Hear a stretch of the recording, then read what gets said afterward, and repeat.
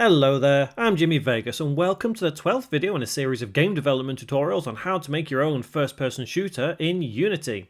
In this tutorial we'll be creating the ability to pick up things using UI and raycast. Remember to subscribe and click the notification bell to stay up to date with every tutorial I upload. Feel free to leave a comment and drop a like. I also have a Patreon page where you could help be a part of this channel, and you'll also find all the scripts and the assets to this series there too, along with plenty of other things. You can also now join as a free member. And now, on with the tutorial. So the idea of what we want to get to is we want to create a target system. So we have like some round targets on the wall that we, if we shoot in the center, we get X amount of points, shoot on the outside ring, we get lower amount of points and so on. And what I want to do is set up a sequence by where we don't start with the gun. We have to go and pick up the gun and then the targets will appear. So what we'll do is we will set up our system now so as we don't have the gun and we're not able to fire the gun. It's not just a case of turning the gun off because the mechanics will still be there. So if we go to our player capsule and obviously with all of the stuff we have on here, the player casting script down the bottom here in the inspector panel, that will become very important in this tutorial. If we go to the actual camera root and onto the M9, what we need to do is turn this off, and it's important you turn it off. Okay, so it disappears. But like I said, the problem that we do have is that effectively we can still fire our weapon because everything is still attached to it. So even though we don't have a gun, we can still fire. So we need to establish how we're going to make all of this sequence work. What I am going to do first is take the M9 that is off here, hold Control, press D to duplicate, and then I'm going to drag it out of the player. So we'll place it just below one of these objects here. Now what we'll do is we will turn this one back on and rename it to Handgun Dummy. So this is basically a fake version of the gun. And what we'll do is bring it over here and place it on top of this crate. So let's zoom in a little bit. Let's rotate it by 90 degrees and 90, oh, wrong one, it's on the Z, it should be, 90 degrees. And it's just on top of this crate that we will pick up. So the dummy gun is in place. Now what that means is that we now need to establish where we place the script for us to be able to fire our weapon. And it was, where was it? Oh, I can't remember where we actually put it. The script is called Handgun Fire. So it is going to be on Global Object. There we are. So next thing to do is turn off the Handgun Fire script. And now if we press play, we should not be able to fire our gun. And hopefully you've established now the sequence is going to be that we would walk up to our gun, we'd get a prompt to say press the E key to pick up. So try firing, we can't.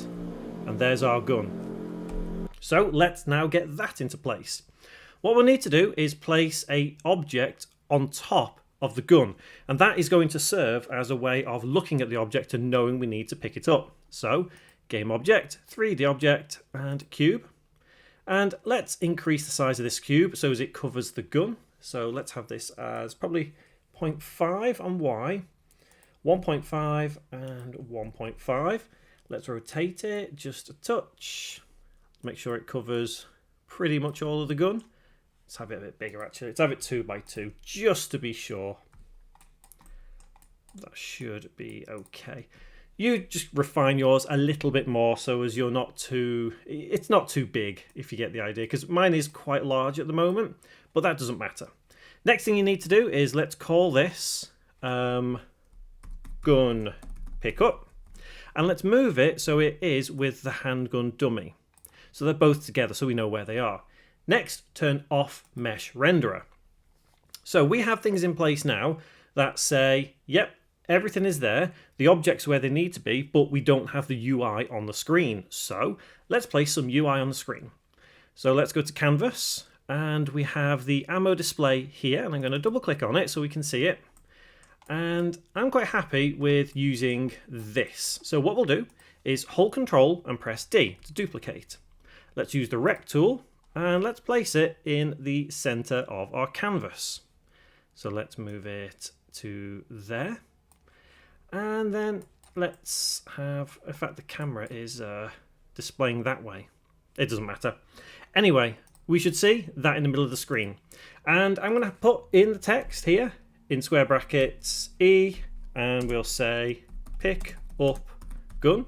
And I'll have this as, in fact I'll have this as white. And yeah, white will do. And now I'm just going to increase the size just a little bit because it is a bit small. And how's that look? That's quite large text, so let's reduce the text size to maybe 60. And let's have that round about there. So if we press play now, how does that look on our screen? I think our middle cursor interferes with the E a little bit, I think. Yeah, it does look like it does. Yeah, it does. So what I'll do is move that just to the side. And now we think about it. Do we want just the E key on its own and then pick up gun underneath, or should we keep it as 1? Tell you what, I'll keep it as 1 for now. We can always change it later on. Let's have this say action text. So it's called action text now. And let's turn that off at the top. So the next thing we need to do is create a script which puts all of this sequence together, because the sequence is going to be walk around, look at our object, pop up on the screen to say E, pick up gun. And if we do press E, we then need to make the trigger disappear, and we need to make the gun in our hand appear and the gun disappear, all that stuff. So that's all done using a script in a sequence. So what we do, let's go to the weapons folder in the scripts, right click, create a new script. Let's have this as hand gun pickup. Let's open that up in Visual Studio. So there's going to be a couple of variables that we need to use here. One of them is going to be relating to the raycast that we've written, because we need to know just how far away we are from an object. And if we are close enough to it, that's when all of this sequence can trigger. We need the gun in our hand, the gun on the table. We also need the gun mechanics, and we're going to need the UI element we've just created. So let's start by getting rid of the annotations and void start because we don't need them. So the first variable, let's have as serialize field. And it's going to be a float. And this is going to be the distance. And the idea of this is we're going to import the distance from player casting script. Next, we're going to have serialize field again, but it is not going to be a float max distance as it's predicted. It's going to be a game object, and it's going to be action text.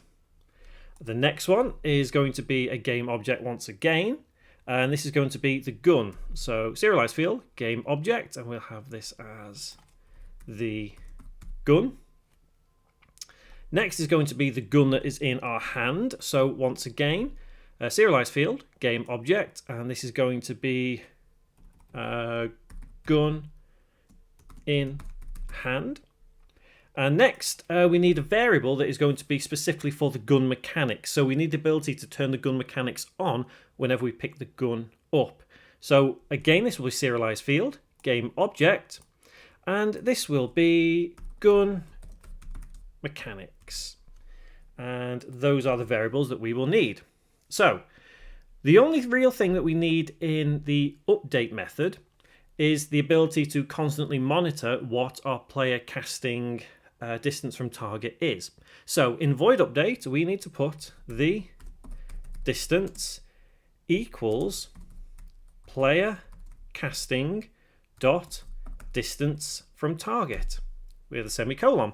So what that'll do is it will import into this script the distance, because obviously we don't want all of this to happen if we're stood miles away but somehow still looking at the gun. So we need to make sure different things are in place, and that's all done using the on mouse over method. So if we go below the update method and type void on mouse over, open close bracket, open curly bracket. It'll come up private, and it doesn't need to be private, so we can delete that. And what we need to do is, if the distance is less than whatever amount we deem reasonable, then we need to display the action text. So we can say if, and in brackets, the distance is less than or equal to, should we say 2 for now? And maybe we'll change it if we need to. And then open curly bracket, and in here we say action text dot set active true semicolon. So that means that when we look at it, it will display on the screen E pick up gun. We'll obviously have to do the inverse of that a little later on in this script, but for now what we'll do is we will make sure that if we are looking at it and we're pressing E and the distance is less than 2 in this case, then we can pick everything up. So what that means is if we go after this if statement, we say if input dot get button, and in brackets key code dot E, close bracket, open curly bracket.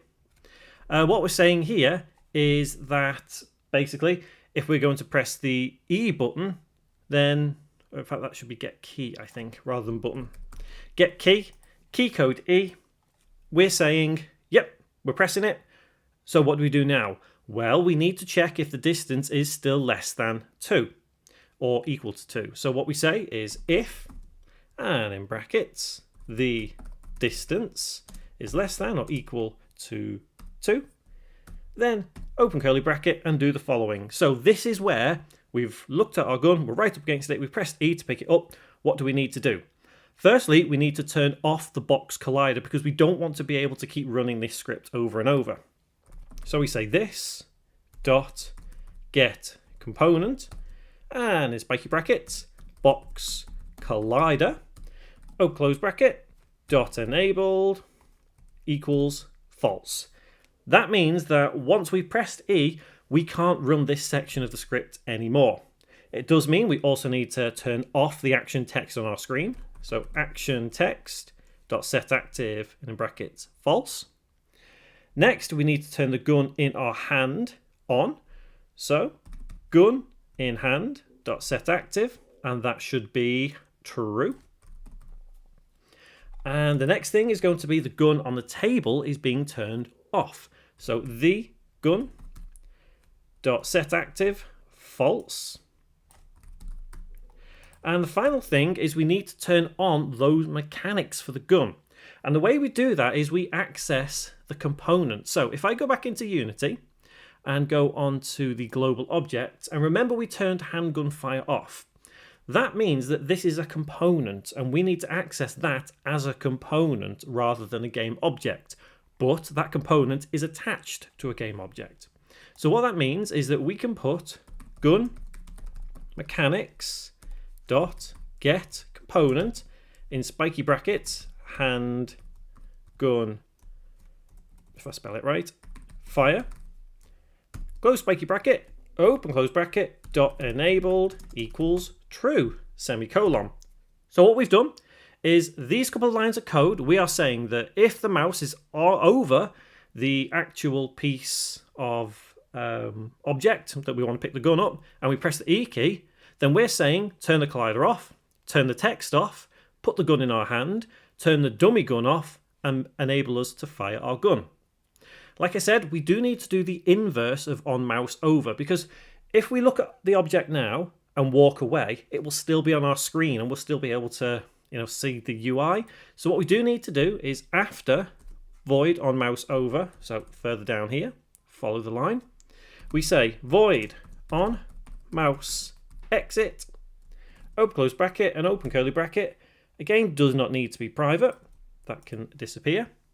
And we say action text dot set active, and in brackets false semicolon. Save the script. So at this point, it's a very, very simple script. This is the simplistic way of what effectively is picking up an object. And the way you've got to look at this is In the game, this is always going to look like we're literally picking up the gun off the table and putting it in our hand, but we know that there are two versions of that gun. This is how a lot of the time it's done in games when things change and games object move places and all stuff like that. There are duplicates of them, but you never know that. So next thing to do is we need to attach that handgun pickup script to the gun pickup object that we created earlier. So it is that cube. So let's drag and drop onto there. And I'm going to double click on gun pickup just to zoom in. And what we'll do is set these variables. So action text is that action text that we created. The gun is the handgun dummy. Gun in hand is the M9 that is on our player capsule. And gun mechanics is on global object. So I'm going to save that scene. And now I'm going to test this all out. So we should theoretically be able to walk around, not fire our weapon, and then go and pick that gun up and then fire our weapon. So let's have a check. All good so far. Yeah. So if we get close to our gun, there we go. E to pick up. You see, if we look away, it disappears. Where's it gone? There we are. So E, pick up. And it's there in our hands. So the reason it didn't initially appear, let me stop that, it's quite loud, is because the gun is still intersecting. I think I've already mentioned that we will deal with layers. But either way, that is the sequence and it works perfectly. One thing I didn't check though is whether we could fire the gun. Let me quickly check that while I tell you what we're going to do in the next tutorial after we've quickly made sure we can fire our weapon. So let's head over, gun pickup. Excellent. Okay, next tutorial, what we're going to do is we are going to add those targets in and they're going to appear after we've picked our gun up, and then we're going to start shooting at them and keeping track of whatever score we have. So remember to subscribe, click the notification bell to stay up to date with every tutorial in this series, and I'll see you next time.